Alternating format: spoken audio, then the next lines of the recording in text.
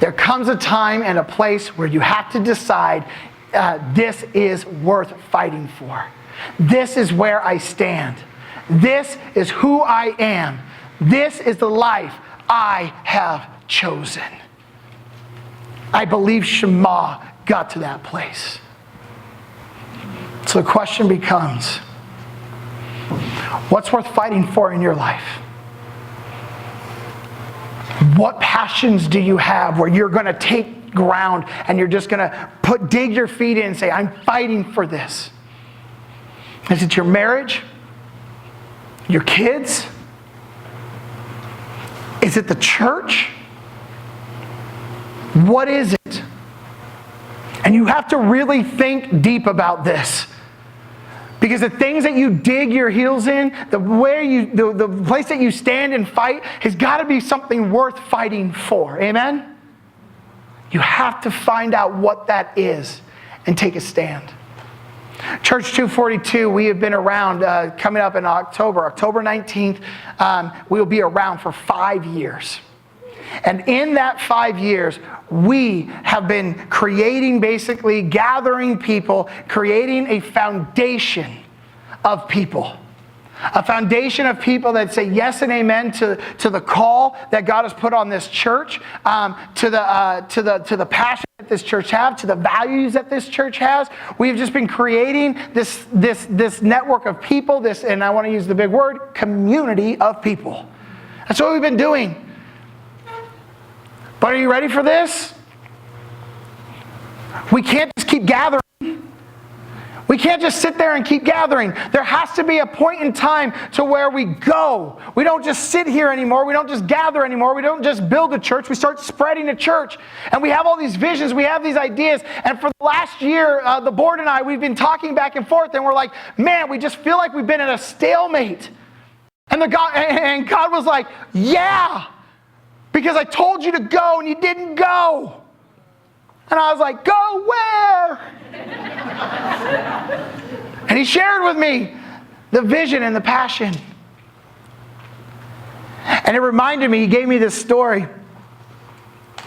And I want to give it to you guys. This is 2 Kings.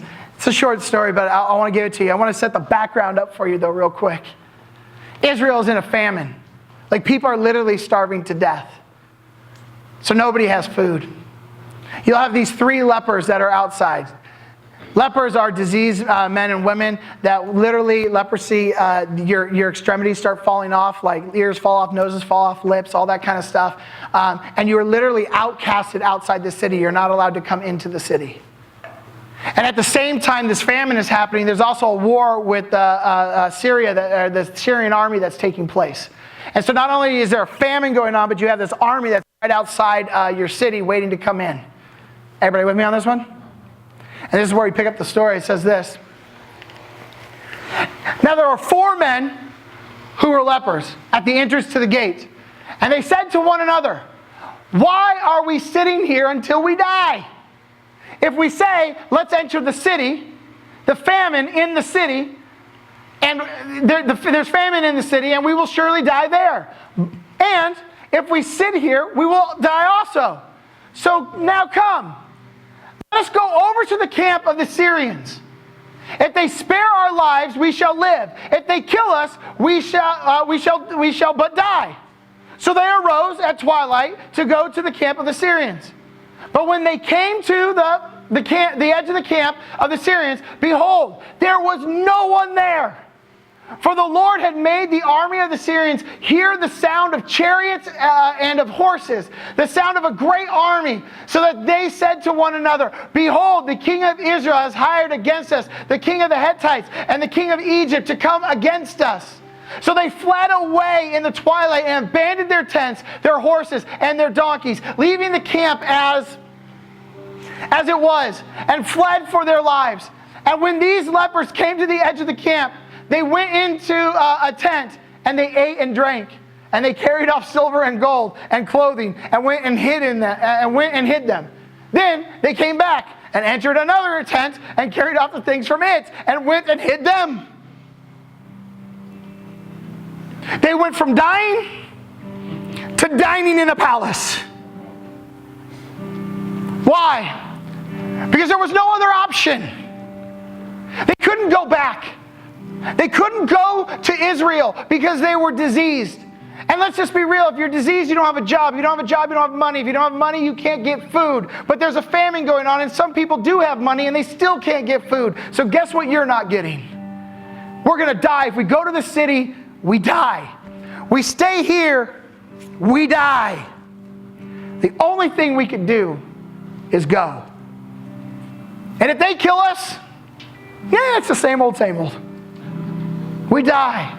But when they showed up, God had already moved. Now you got to hear that. They didn't show up and then God moved. God already moved. So when they got there, the tables were set. They were ready to dine. Now there's more to that story, but the reason why I share it with you is because we feel like as Church 242, we've been in that spot. We feel like we can't go back and we can't stay here. The only place that we can go is what? Forward. Why? The place that we have to go forward to is our city. We have to do what God has called us to do. And what has God called us to do? Be where the people are. He's put a vision on our heart. And if you haven't heard the vision of this church, I'm encouraging you, go to our YouTube and check out the vision. There's like that stuff, like the first 2 videos, you can see it. It even says vision on it. You can read it, you can watch it. They're not very long. I think they're 15 minutes. But I'm telling you, the vision. And the vision has to come to pass. Why? Why do we have to move forward? Because I don't know about you, but I am tired of the world taking ground in our area. I am tired of the world entering our field of lentils. I am tired, and I don't want to retreat. I want to step up. I want to be like Shema. I want to be like a mighty man. But you can't do it alone. You got to stand together. And I want to stand there and say, how do we fight? How do we go after this? Well, we just need to start moving. So here's what we decided to do. We're going to let you in on the secret. This is the hope and desire and the thing. Here's the thing. I'm not asking you for money, okay? But here's what I'm going to do. I want to share the vision with you, and then I'm going to ask you to do something if you would partner with us. And remember, it has nothing to do with money. Here's the dream. Be where people are. Take a stand in Rancho Cucamonga. Take a stand in our field. And let's see what God would do. So here's what we saw. That's Altaloma High School. It's right over here. If you guys know, if you've been in part of Rancho and all that kind of stuff, this is Altaloma High School over to my right. And over here is what we call the Stater Brothers Shopping Center. The main street on this side is Carnelian. The bottom one is Baseline. Everybody know where we're at? Yes? Altaloma High School, amazing place. But we're going to go to the next slide because this is the shopping center we're looking at. If I can be real, if you live in this city, you know that during school for 9 months, you do not go into this parking lot between the hours of 2:30 and 3:15. You laugh because you know, and some of you are like, why are they laughing? It's because you live somewhere else. That parking lot is so full of parents and teenagers and crazy people. It's nuts. Seriously, if you have to go to that parking lot, you just might as well just give up. But that's where the people are. Every single year, every single day, there's people. That Stater Brothers sees hundreds, if not thousands of people daily. That's at Carl's Jr. We know how much they see. You've been there. This is a parking lot and a place where people gather. So here's the dream. The dream. That is a 16,000 plus square foot unit. AKA, if you've been here, you know it used to be called like Hancock's Fabrics or Hannah's Fabrics or something like that. It was a fabric store. Okay? 16,000 square feet. It's only a small price of about $32,000 a month. We can't do that. There's no way. At this point in time, we can't. But you know what? I'm not going to let the enemy win. I'm going to stand my ground. I don't know what that means. But I'm not going to let a price tag be bigger than my God. That's the dream. But then I noticed this little place over here. Down. That's only 3,000 square feet. That might be doable. Now you're like, Craig, we can't fit our church into a 3,000 square foot building. You are absolutely right, because I'm not talking about our church service. What do we want to do as a church? Be where the people are. And here's the next thing. Culture is adapting. Culture is moving forward. That means church needs to adapt and move forward. What if we, as a church, didn't actually have to facilitate or finance that building? What if we created a business that is open 6 days a week, that can run a business through there, and the business itself takes care of the building itself, but we get to do cool, godly, spiritual things in the building? Now that makes sense, doesn't it? So what if we took that building, this is what it looks like, by the way, if you want to look at a street view, and some of you guys are like, oh, I know that place, right? This is the view on top. What if we took that building right there, and we turned it into a cafe? A home away from home, where college students can come, hang out, do their homework. What if we had a place where moms can gather just to hang out for a moment? A place that the students next door could come to after school and not feel judged or persecuted or pushed out, but embraced and loved. Then what if, just dream with me, okay? What if there was so much favor for us in that place that they would allow us to build out a patio on that side?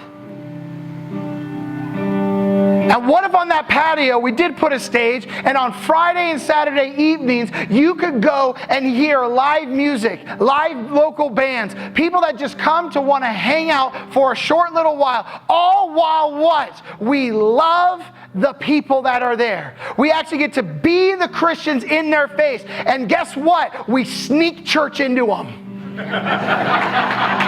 They don't even know they're at church.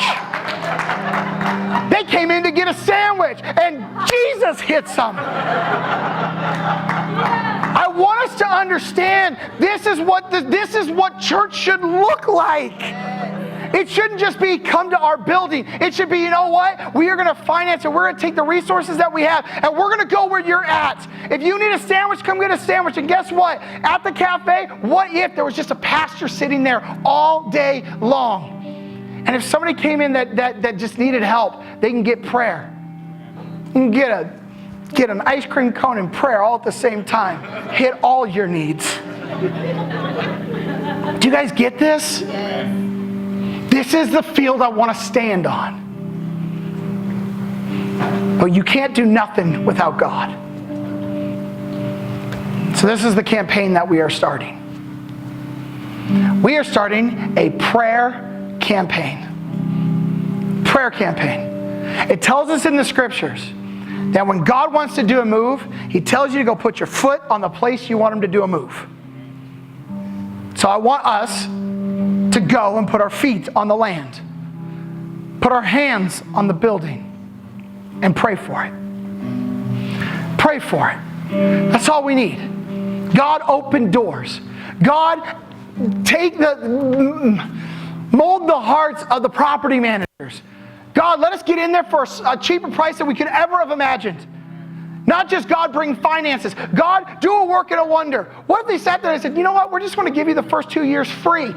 God could do it. Does that make sense? It doesn't make sense to us sometimes, but it makes sense to Him. And here's the thing. We can never get to that place if we don't actually move.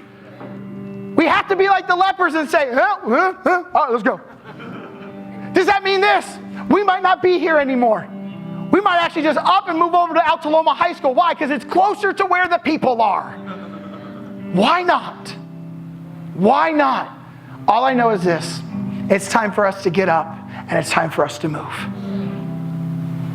And we're asking, will you join us in this venture? Would you help us be where the people are?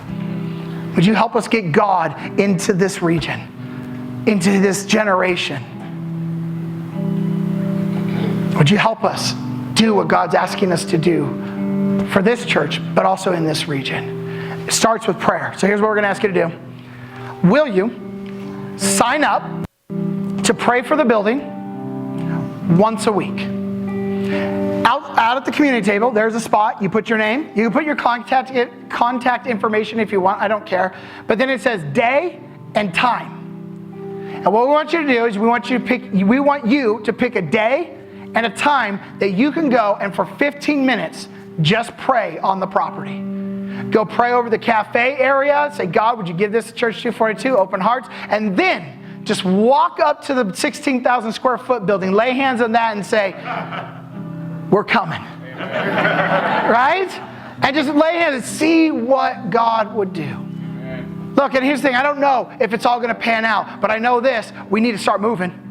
We need to start moving. We can't sit here all day long. So this is my prayer for you.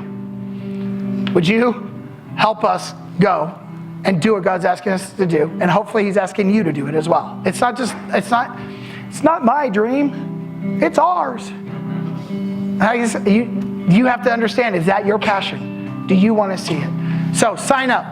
If you want to be part of the prayer campaign, you just sign up for a day. It's very simple. Day, 15 minutes. You just put the time that you're at. And if you're like, Craig, I don't want to be there alone, just look at the list, find out when somebody else is going to be there, and then keep them accountable. Because their name should be right there with their contact information, right? But you said you were going to be here. Who are you? We go to church together. What would God do if we decided to move? What would God do if we move forward? This is not a financial thing. This is a God thing. Remember, the lepers had nothing. They had nothing. But when they showed up, God already prepared it all. And that's what I'm hoping for. That's what I'm hoping for.